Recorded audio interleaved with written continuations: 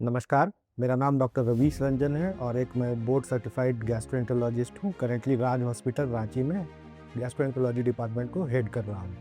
आज मैं आपके सामने इसलिए आया हूँ क्योंकि आज वर्ल्ड हेपेटाइटिस डे है।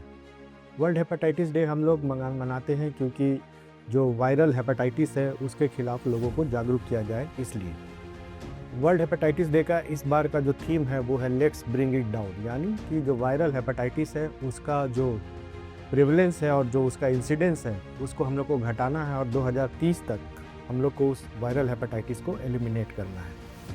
हेपेटाइटिस क्या होता है? हेपेटाइटिस का मतलब होता है लीवर में सूजन। वायरल हेपेटाइटिस का मतलब जो हेपेटाइटिस या लीवर का सूजन वायरस के द्वारा होता है।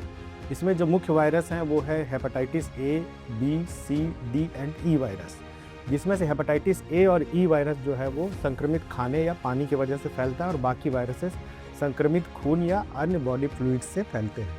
हेपेटाइटिस का क्या लक्षण होता है? शुरुआत में हेपेटाइटिस जो है वो काफ़ी एसिम्प्टोमेटिक होता है और बहुत ही नॉन स्पेसिफिक, यानी कि बहुत ही कम लक्षणों के साथ प्रेजेंट करता है, जैसे कि भूख न लगना, थकान महसूस होना, पेट में दर्द होना, या फिर ब्लड टेस्ट कराए तो सेरम एसजीपीटी, एसजीओटी या लीवर का एलएफटी डिरेंज्ड होना।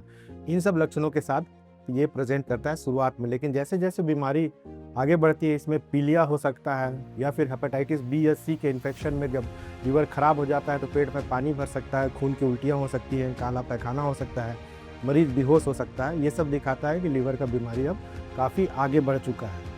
इसका ट्रीटमेंट क्या है? हेपेटाइटिस बी और सी के लिए अभी काफ़ी इफ़ेक्टिव दवाइयाँ हैं। अगर आपको हेपेटाइटिस बी या सी है तो जल्द ही किसी क्वालिफाइड गैस्ट्रोएंटरोलॉजिस्ट से मिले और अपना संपूर्ण इलाज कराएं, क्योंकि आज की जो दवाइयाँ हैं वो काफ़ी इफ़ेक्टिव है और इनसे जो है average life expectancy nearly normal हो जाता है दवाओं के सेवन के बाद।